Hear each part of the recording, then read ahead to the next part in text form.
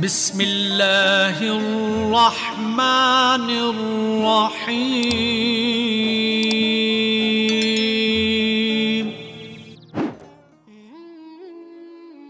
Assalamualaikum warahmatullahi wabarakatuh. Selamat datang kembali di channel Aksara Islam. Sahabat beriman, tahukah kalian bahwa Nabi Musa alaihissalam pernah diwahyukan oleh Allah Subhanahu wa Ta'ala untuk mengurus jenazah seorang lelaki pelaku maksiat semasa hidupnya?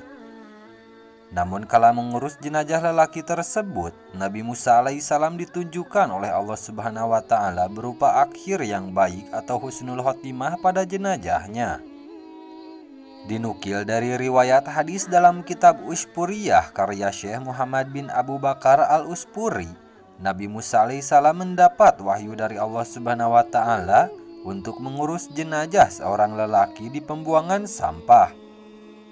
Diketahui warga di perkampungan tersebut membuangnya dan tidak ada yang mau mengurusnya karena perilaku fasik almarhum. Wahai Musa, di suatu perkampungan ada seorang lelaki mati di pembuangan sampah. Ia adalah salah satu di antara kekasihku. Namun para tetangganya tidak mau memandikan, mengapani dan menguburkannya. Karena itu pergilah, mandikan, kapani, solati, dan kuburkanlah sewajarnya. Sesampai Nabi Musa alaihissalam di perkampungan tersebut, beliau pun mulai menanyai warga tentang keberadaan si jenazah. Saat warga perkampungan mengabarkan bahwa jenazah dibuang di pembuangan sampah, mereka juga menceritakan perilaku si jenazah semasa hidupnya. Nabi Musa alaihissalam yang mendengar banyak informasi mengenai perilaku buruk si jenazah pun bermunajat kepada Allah Subhanahu wa Ta'ala. Ia berkata, "Tuhanku, Engkau memerintahkanku untuk menguburkannya dan mensolatinya, padahal orang-orang menyaksikan keburukannya. Engkau lebih tahu daripada mereka tentang pujian dan cercaan." Allah Subhanahu wa Ta'ala kembali menurunkan wahyu kepada Nabi Musa alaihissalam untuk membenarkan informasi tentang perilaku buruk jenazah yang didengarnya. Namun Allah Subhanahu wa Ta'ala juga menunjukkan amalan terakhir yang dilakukan oleh jenazah lelaki tersebut sebelum ia menemui ajalnya.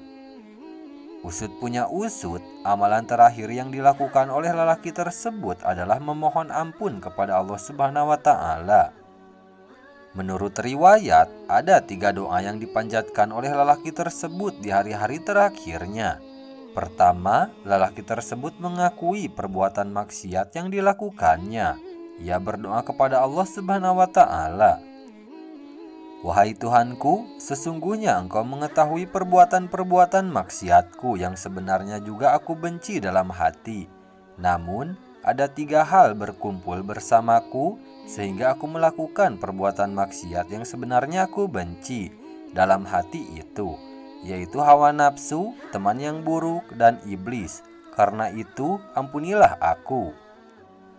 Kedua, sang lelaki juga mengakui bahwa tempatnya semasa hidup berada di lingkungan orang fasik. Meski demikian, ia juga pernah berada di sekitar orang soleh dan mengaku lebih senang berada di sana. "Wahai Tuhanku, Engkau tahu aku melakukan perbuatan maksiat dan tempatku adalah bersama orang-orang fasik. Akan tetapi, sebenarnya aku juga senang bersama orang soleh dan senang dengan sikap juhud mereka. Tentu tempat bersama mereka lebih aku senangi daripada bersama orang fasik." Hingga doa terakhir yang dipanjatkan lelaki tersebut adalah pernyataan dirinya yang berjanji akan mendahulukan hajat orang soleh dibanding orang yang fasik. Di samping itu, ia juga memohonkan ampunan kepada Allah Subhanahu wa Ta'ala sebagai doa terakhirnya. "Wahai Tuhanku, seandainya Engkau memaafkan dan mengampuni dosa-dosaku, para wali dan nabi akan merasa senang, sedangkan setan-setan, musuhku dan musuhmu akan sedih. Begitupun sebaliknya. Dan aku pun tahu bahwa kegembiraan para kekasih kepadamu lebih Engkau senangi daripada kegembiraan setan-setan dan pengikutnya. Karena itu, ampunilah dosa-dosaku ya Allah." Sebagai zat yang maha pengasih dan maha penyayang, Allah Subhanahu wa ta'ala pun mengampuni dosa-dosa jenazah lelaki tersebut karena amal terakhir yang dilakukannya. Mengenai hal ini, Rasulullah Shallallahu Alaihi Wasallam juga mengabarkan dalam hadis bahwa amal seseorang dinilai dari akhir hayatnya. Dari Abu Umammah Al-Bahili disebutkan, jika Allah menginginkan kebaikan kepada seorang hamba, maka Dia akan membuatnya banyak beramal.